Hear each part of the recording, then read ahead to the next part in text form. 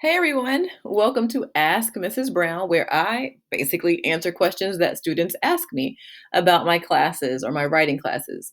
All right, the question today is what happens during class? So before I or get started, I'm gonna just keep my bloopers because I'm just going to do that because I'm human. Before I dive in, that's what I wanted to say to this question. I'm Mrs. Brown, and for elementary through high school students, I build writing and grammar skills that lay a foundation of excellent writing for a lifetime. If that's of interest to you, go ahead and hit the like button, the subscribe button, and don't forget to hit that notification bell.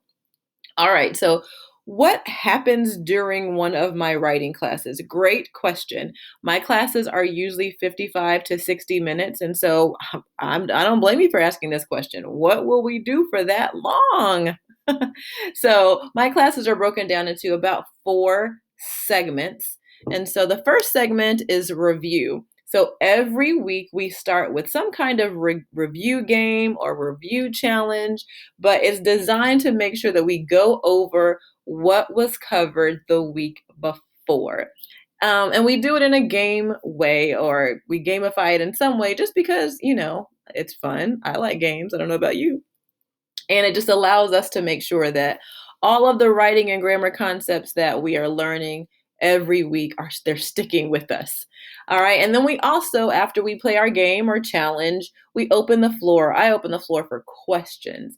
I never want to move forward unless everyone is clear and understands what we have already learned. So this is actually one of the best parts of class because most of the time when someone asks a question, I don't know about you, but sometimes like I'm thinking of a question and I love when somebody asks the question and I'm like, yes, I was thinking that too. All right, so because we're not alone, so we always open the floor for questions. After that, we share papers. Now, don't cut off the video because I know some students are like, oh, she said share papers. That's it. I don't want to register for one of her classes. Withdraw me. Don't do that. Let's talk about what that looks like. First of all, let me establish this. I don't really consider myself a teacher who teaches a writing class or teaches writing students. I actually consider myself a coach of a writing team. Okay, so in my class, I teach my class like we're a team because we are. We're all there to grow, I mean, me included, as writers.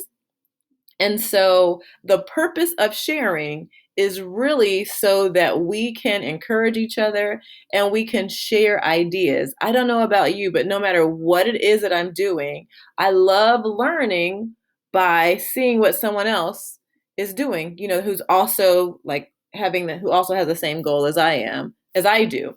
So, anyhow, when we share papers, there are many ways that you can share. We don't have time for everyone to share their paper every week, their whole paper. But for those of us who are comfortable, you can share your whole paper. Maybe you feel comfortable sharing a paragraph. Maybe your level of comfort is sharing just a sentence from your paper.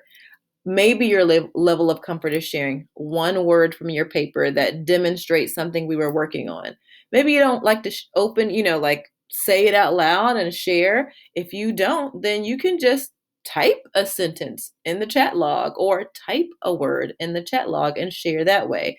So everyone has an opportunity to share at their level of comfort. And so that's what sharing papers looks like. And again, it's a great way for us to learn from each other. The next section is the preview. All right, so after we review what we learned from the previous week through a game, answer any questions that are outstanding, share our work from the previous week, then we look at what we're going to learn in the upcoming week. So we'll go over the goals for the week that is included inside of the IEW curriculum.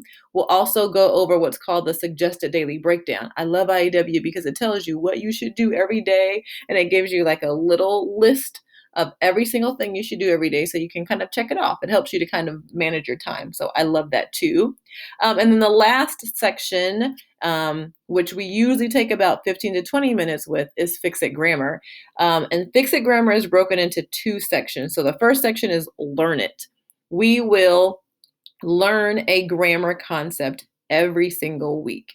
And so in the Learn It section, we will review or learn rather whatever it is that Fix It Grammar is covering, whether it's homophones or whether it's how to make a contraction, or maybe it's how to identify main clauses or dependent clauses, whatever it is. And then we will take that concept and we will fix it. And what that means is we will apply what we have learned that week and in any previous weeks, and we will apply that to 4 sentences that we need to fix that week. And now keep in mind, there's only 4 sentences and you only do 1 sentence a day. During class, though, we work together to complete the first sentence at least. So that way you walk away knowing what the learn it portion is, having gone over it with the class, with our team, fixing the first sentence so that when you at home for homework work on the second, third, and fourth sentence, you already have some practice. So hopefully that answered your question. And, I always have to end with some kind of riddle. What's the difference between a cat and a comma? Don't look at the answer. Close your eyes. I know I have the answer up there. But what's the difference? All right, open your eyes. One has claws at the end of the pause. The other is a pause at the end of a clause. All right.